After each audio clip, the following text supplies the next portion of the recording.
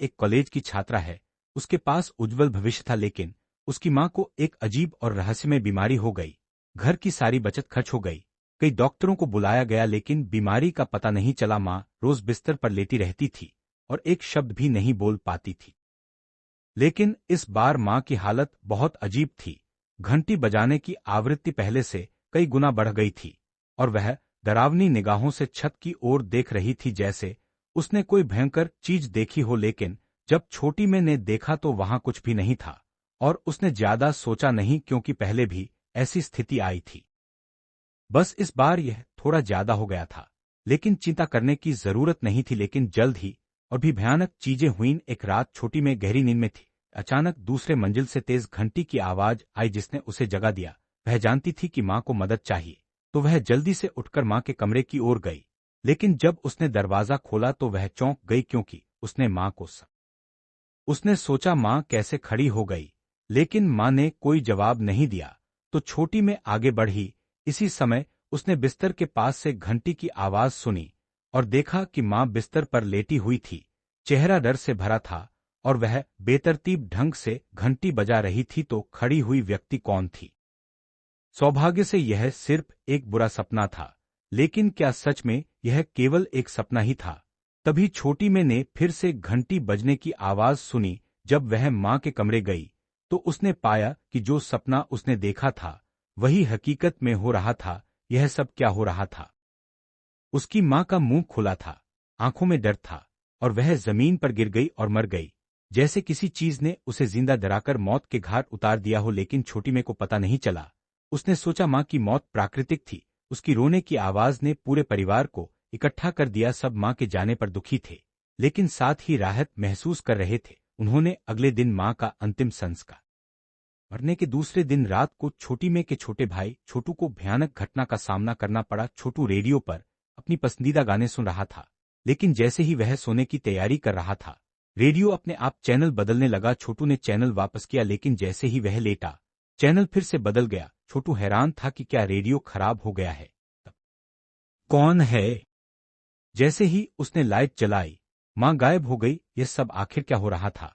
और यह केवल छोटू ही नहीं था जो इस तरह की अजीब चीजें देख रहा था। आधी रात को उठने वाले उसके दो छोटे भाई टॉयलेट गए, लेकिन वापसी पर सबसे छोटे भाई ने देखा कि कॉरिडोर में मां की वसीयत लटक रही थी, जो बहुत डरावनी लग रही थी। ऐसा लग रहा था कि मां अगली ही पल बाहर आ जाएगी।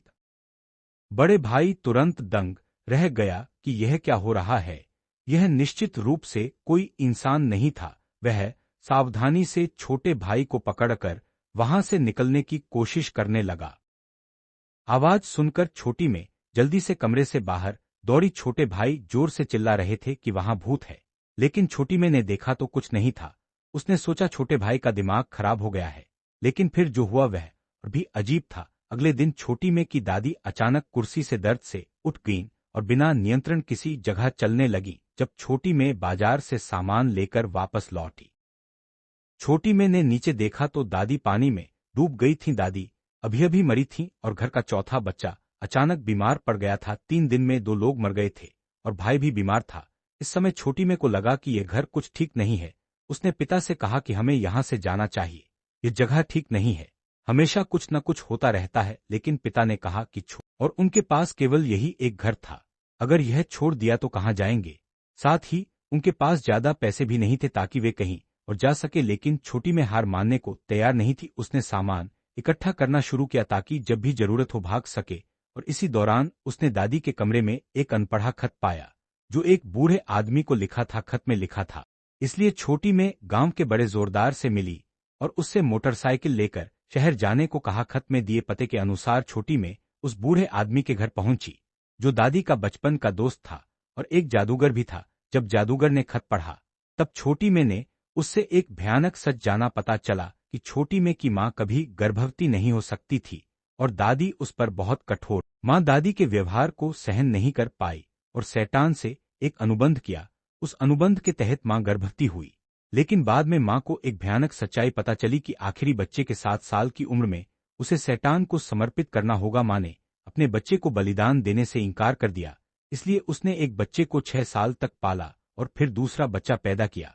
यह चक्र ऐसे आन को ये पता चला तो वह बिल्कुल सहन नहीं कर सका और उसने मां को बीमार कर दिया ताकि वह हिल भी न सके और गर्भवती न हो सके। मां की मौत के बाद शैतान का निशाना चौथे बच्चे पर चला गया और वह उसे नरक में वापस ले जाना चाहता था। सच जानकर छोटी में बहुत डर गई और उसने जादूगर से पूछा कि क्या इसे रोका जा सकता है। जादूगर ने कहा कि जब तक परिवार। लेकिन तभी छोटी में के पीछे एक भूत की छाया उभरी। छोटी में ने तुरंत पछतावा महसूस किया, जैसे उसने उसे महसूस कर लिया हो। लेकिन जब उसने मुड़कर देखा तो वहां कुछ भी नहीं था, न बाएं न दाएं। छोटी में ने बड़ी राहत की सांस ली, लेकिन जब उसने प्रार्थना जारी रखी तो फिर कुछ भयानक हुआ। इतने सारे अजीब अनुभवों के बाद छोटी में ने अपने पूरे परिवार को पड़ोसी के घर छिपा दिया। तब जाकर वे कुछ समय के लिए सुरक्षित रहे, लेकिन वे जानते थे कि शैतान उन्हें आसानी से नहीं छोड़ेगा, खासकर चौथे बच्चे को। इसलिए पिता ने तुरंत सामान पैक करके भागने का फैसला किया। लेकिन तभी तभी पिता और छोटी में सामान पैक करने की योजना बना रहे थे, अचानक बेटे की चीख सुनाई दी। पिता और छोटी में दौड़कर गए और पता चला कि छोटू अभी अभी चौथे बच्चे को लेकर टॉयलेट गया था। लेकिन अचानक टॉयलेट का दरवाजा बंद हो गया। यह साफ था, शैतान ने चौथे बच्चे को ले जाने की कोशिश की। पिता ने पूरी ताकत से दरवाजे को ठोंका और दरवाजा खुल गया। लेकिन घर के बाहर अचानक कई काले कपड़ों में लोग छतरी लिए धीरे धीरे घर की ओर बढ़ने लगे। सभी डर गए। छोटी में ने जल्दी से दरवाजा बंद कर दिया ताकि वे अंदर न आ सके। लेकिन तभी दादी की वह व्हीलचेयर जो वह पहले इस्तेमाल करती थी खुद ब खुद हिलने लगी। बड़ा जोरदार लोगों को लेकर जल्दी से दूसरे कमरे में छिप गया, लेकिन दरवाजा बंद हो गया और वे फंस गए। उसी समय बाहर चौथा बच्चा खतरे में था। एक अजीब ताकत उसे खींच रही थी और उसके पीछे एक भूत की छाया आ रही थी जो उसके करीब आ रही थी। चौथा बच्चा जोर जोर से चिल्ला रहा था, छुपा हुआ था आज चीनीक्षर के पीछे और अपने बड़े भाई से मदद मांग रहा था। लेकिन जैसे ही उसने भूत को देखा वह डर के मारे हिल न सका। लेकिन भाई की पुकार ने उसके डर को हराया और वह भागकर अपने भाई को बचाने गया। भूत गायब हो गया। उसी समय बड़ा जोरदार के कमरे का दरवाजा खुल गया और दो बच्चे सुरक्षित थे। बड़ा जोरदार खुश होकर रो पड़ा और बहुत गुस्सा भी महसूस कर रहा था। वह चाकू लेकर बाहर निकला और काले कपड़ों वालों ने कुछ सामान जमीन पर फेंका और फिर चले गए। बड़े परिवार ने राहत की सांस ली और सोचा कि शैतान को हरा दिया। अगले दिन वे खुश होकर सामान पैक कर रहे थे ताकि नए घर जा सके। लेकिन जैसे जैसे दोपहर हुई मूविंग कंपनी नहीं आई। तभी गांव का मुखिया आया, जो गांव में फोन वाला अकेला व्यक्ति था। उसने बताया कि मूविंग कंपनी ने फोन किया कि गाड़ी। वे लोग इंतजार करते रहे, लेकिन मूविंग कंपनी शाम तक नहीं आई। पिता ने बच्चे सोने के लिए भेज दिए और कहा कि कल मूविंग की बात करेंगे। उसी समय बिजली चली गई। सभी सोचने लगे कि शायद बिजली का बिल नहीं भरा है। इन वह तूफान से पहले की शांति थी। परिवार ने फिर अपने अपने कमरे में जाकर आराम किया। आधी रात को छोटू को कुछ फुसफुसाहट की आवाज सुनाई दी। जब वह जागा तो देखा कि उसका छोटा भाई चौथा बच्चा खिड़की के सामने खड़ा था और कुछ बोल रहा था। छोटू डर गया, लेकिन हिम्मत जुटाकर भाई से पूछा कि वह क्या कर रहा है। चौथा बच्चा मुड़ा और एक अजीब मुस्कान के साथ बाहर। उसी समय पिता पानी पी रहा था कि अचानक एक तेज डरावनी आवाज सुनाई दी। वह चक्कर खा गया और देखा कि उसके पास एक शव पड़ा था। पिता डर के मारे भाग गया और दरवाजा बंद कर लिया। फिर उसने छोटी में और छोटू को जगाया और कहा कि वे यहाँ नहीं रह सकते, तुरंत भागना होगा। फिर वह छोटू के कमरे में गया, जहां छोटू डर के मारे कह रहा था कि उसका भाई बुरी आत्मा।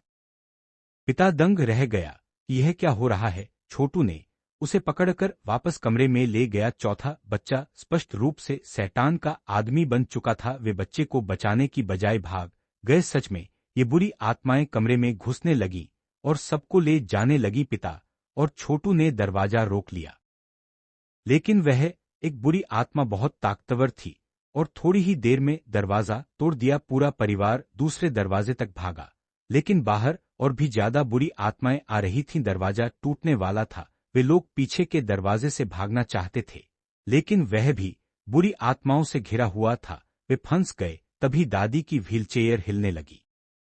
सब इस दृश्य को देखकर स्तब्ध रह गए। वे समझ नहीं पा रहे थे कि क्या हो रहा है। अनजाने में उन्होंने पास के शीशे में देखा और पता चला कि दादी की आत्मा उन बुरी आत्माओं को रोक रही थी। दादी सच्चा प्यार थी। तभी दादी का दोस्त जादूगर आया, जो परिवार को बचाने के लिए आया था। उसने सभी को बचाया और सभी गाड़ी में बैठकर वहां से चले गए। 2 साल बीत गए और परिवार ने